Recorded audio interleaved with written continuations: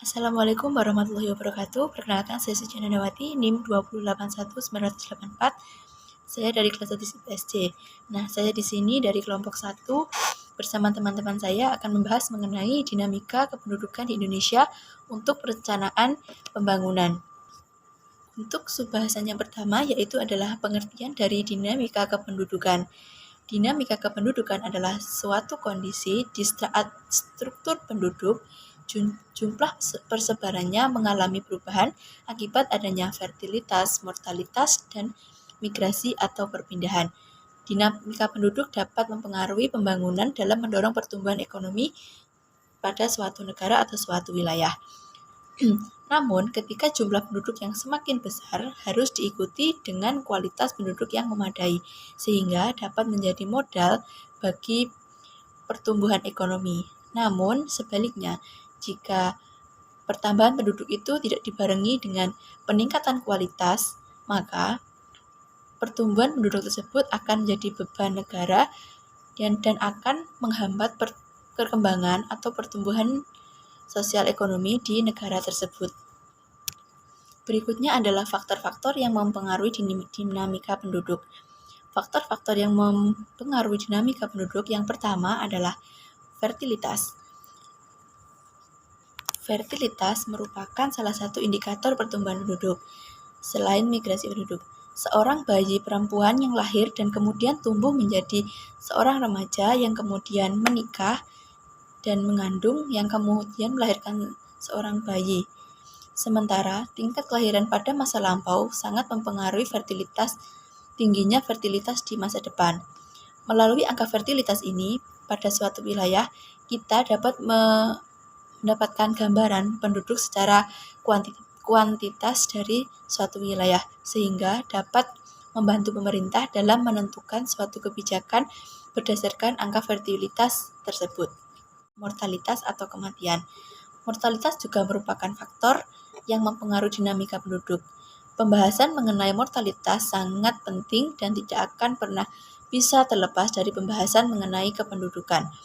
Mortalitas merupakan salah satu faktor pengurangan jumlah penduduk selain migrasi keluar. Kasus kematian terjadi karena banyak hal seperti adanya penyakit menular, kecelakaan, dan gaya hidup yang tidak sehat. Perubahan jumlah kematian dari setiap daerah berbeda, tergantung pada berbagai faktor yang mempengaruhinya.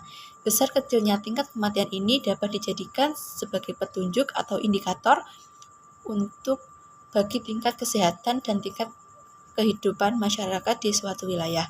Sehingga angka mortalitas bermanfaat bagi pemerintah untuk menentukan suatu kebijakan sehingga kebijakan yang dibuat sesuai dengan data yang benar-benar terjadi di lapangan atau di kenyataannya. Faktor ketiga dari dinamika penduduk adalah migrasi. Migrasi merupakan salah satu dari 3 komponen dasar dalam demografi.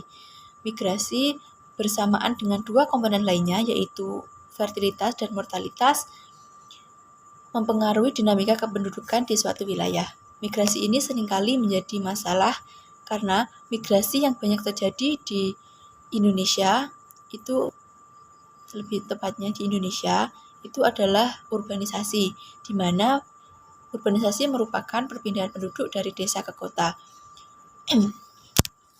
Migrasi perpindahan dari desa ke kota yang dilakukan oleh rakyat Indonesia pada saat ini tidak sesuai dengan keinginan yang mereka inginkan. Malah membuat permasalahan baru di kota berupa masalah sosial seperti kemiskinan, tumbuhnya pemukiman kumuh, dan meningkatnya kriminalitas akibat banyaknya tenaga kerja dari desa yang ke kota yang menganggur. Berikutnya adalah proyeksi penduduk merupakan perhitungan ilmiah yang didasarkan komponen yang berpengaruh terhadap pertumbuhan penduduk di masa yang akan datang. Komponen-komponen tersebut akan menentukan besaran jumlah penduduk dan struktur penduduk. Dapat dikatakan bahwa proyeksi penduduk adalah perhitungan jumlah penduduk menurut komposisi, umur, dan jenis kelamin di masa yang akan datang berdasarkan asumsi arah perkembangan fertilitas, mortalitas, dan migrasi. Ketepatan proyeksi sangat bergantung pada ketajaman asumsi tren pertumbuhan penduduk yang digunakan.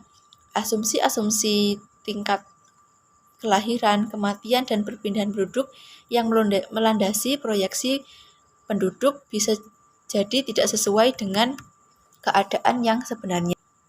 Di keadaan sebenarnya yang ada di lapangan, khususnya dalam proyeksi yang berjangka panjang. Hal ini menyebabkan proyeksi penduduk dilakukan secara berperiodik untuk memperbaharui atau merevisi hasil data-data yang lalu, yang kemudian didapatkan data-data baru yang lebih sesuai dengan kenyataan karena data tersebut merupakan data baru. Dalam hal pencarian data, sumber data juga akan mempengaruhi ketajaman proyeksi yang dibuat. Data proyeksi penduduk ini sangat bermanfaat dan merupakan kunci dari aktivitas pemerintah, karena selain dapat digunakan sebagai pijakan dalam pengambilan keputusan di masa yang akan datang, juga berguna sebagai bahan evaluasi pencapaian kegiatan pembangunan, baik dalam jangka waktu yang lama maupun jangka waktu yang pendek. Selanjutnya akan dilanjutkan oleh rekan saya. Perkenalkan, nama saya Muhammad Ali Yusuf Hizbullah. Akan menjelaskan mengenai permasalahan yang diakibatkan oleh dinamika kependudukan. Perubahan jumlah penduduk tentu memiliki dampak dan efek yang beragam, terutama pada ketersediaan dan kecukupan pangan untuk memenuhi kebutuhan hidup layak manusia. Seperti dikemukakan oleh Thomas Robert Malthus dalam teori populasinya, walaupun tren pertumbuhan penduduk terus menurun, namun grafik jumlah penduduk dunia terus meningkat. Beberapa permasalahan yang diakibatkan oleh dinamika kependudukan antara lain ledakan penduduk serta sebaran penduduk yang tidak merata. Ledakan penduduk adalah keadaan penduduk dengan laju pertumbuhannya yang cepat karena tingkat kelahiran yang tinggi, sedang tingkat kematian menurun secara tajam. Populasi dunia terus meningkat dalam 70 tahun terakhir, kurun 1830 sampai 1930. Populasi dunia meningkat 2 kali lipat dari 1 miliar menjadi 2 miliar jiwa. Tahun 2018, jumlah penduduk dunia telah mencapai 7,5 juta jiwa. Sebaran penduduk yang tidak merata. Permasalahan lain dari dinamika kependudukan Indonesia adalah persebaran penduduk yang tidak merata. Menurut data BPS 2016, Jakarta menjadi daerah terpadat di Indonesia dengan tingkat kepadatan kasar per kilometer persegi sebesar 15,5 ribu jiwa, disusul Jawa Barat 1,3 ribu jiwa, Banten 1,3 ribu jiwa, DIY 1,2 ribu jiwa, Jawa Tengah 1 ribu jiwa, Jawa Timur dan Bali masing-masing 817,48 dan 726,25 jiwa. Penduduk Indonesia hanya bertumpuk di Pulau Jawa dan Bali saja, sementara di pulau lain masih jarang penduduknya. Bonus demografi dan dampaknya terhadap pembangunan. Bonus demografi merujuk pada fenomena penambahan jumlah penduduk usia kerja yang membawa keputusan bagi perekonomian. Bonus demografi didefinisikan sebagai sebuah penambahan penduduk pada kelompok usia kerja yang walaupun meningkatkan jumlah penduduk total, dipandang sebagai keuntungan yang tidak terelakkan. Bonus demografi dapat diartikan sebagai keuntungan ekonomis yang disebabkan oleh penurunan angka ketergantungan sebagai hasil proses penurunan kematian bayi dan penurunan fertilitas jangka panjang. Istilah bonus demografi yang diartikan sebagai sebuah keuntungan berdasar pada konsep dasar dalam demografi, yaitu indikator angka ketergantungan atau rasio beban ketergantungan. Bagaimana bonus demografi ini terjadi? Perubahan struktur umur penduduk ini dapat terjadi karena adanya proses transisi demografi secara berkelanjutan dan berjangka panjang. Mula-mula, tingkat mortalitas harus diturunkan melalui pelayanan kesehatan yang baik. Penurunan kematian bayi tidak langsung diikuti dengan penurunan fertilitas. Penurunan kematian bayi menyebabkan lebih banyak bayi yang survive dapat terus hidup mencapai usia yang lebih tinggi. Setelah beberapa lama, tingkat fertilitas akhirnya akan menurun juga. Kalau sudah demikian, maka terjadilah pergeseran distribusi penduduk menurut umur yang menyebabkan menurunnya rasio ketergantungan penduduk usia non-produktif dan penduduk usia produktif. Di sini saya akan melanjutkan pembahasan dari teman saya. Di sini saya akan menjelaskan mengenai sumber data kependudukan. Nah, sumber data kependudukan itu dibagi menjadi 3. Yang pertama adalah sensus penduduk, yang kedua adalah survei penduduk, dan yang ketiga adalah registrasi penduduk. Sensus penduduk.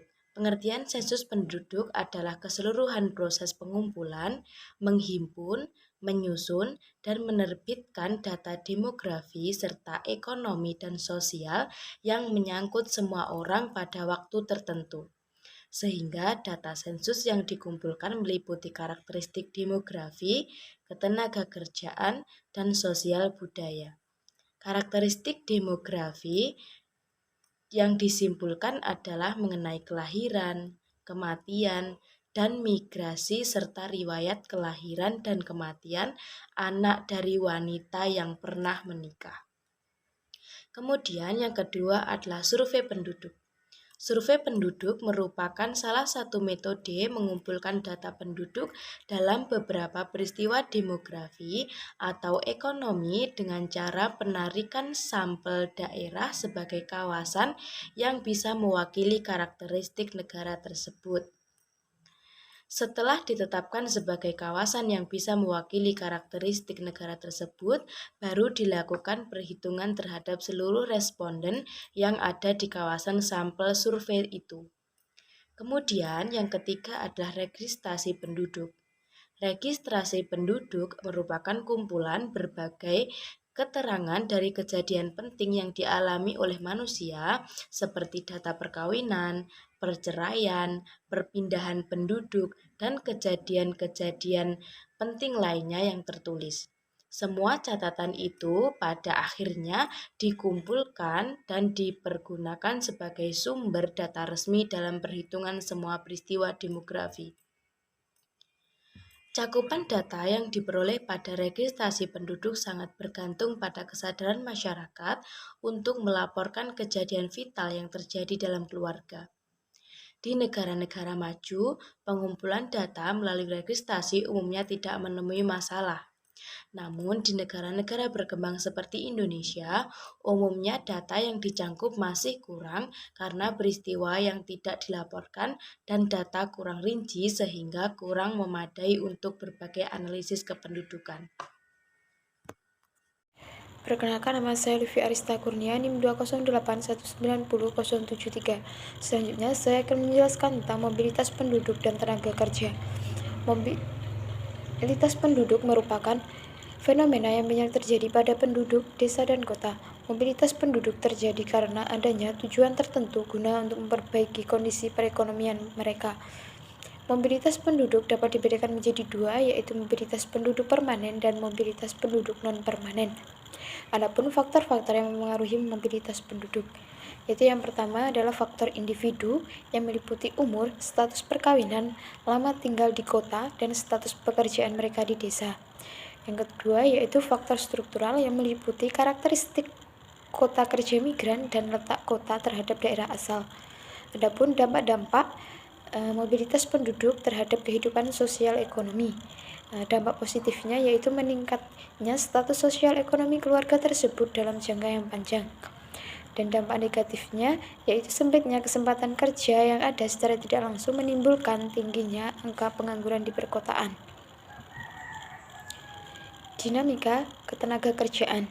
Tenaga kerja adalah setiap orang yang mampu melakukan pekerjaan guna untuk menghasilkan barang atau jasa baik untuk memenuhi kebutuhan dirinya maupun masyarakat. Mobilitas terjadi pada angkatan kerja berusia muda. Kondisi ini berakibat pada langkahnya angkatan kerja penggerak serta dapat mengganggu pertumbuhan ekonomi daerah. Adapun faktor-faktor yang mempengaruhi mobilitas tenaga kerja yang dapat dikelompokkan menjadi dua, yaitu faktor demografi dan faktor sosial ekonomi. Isu terkait dinamika kependudukan di Indonesia.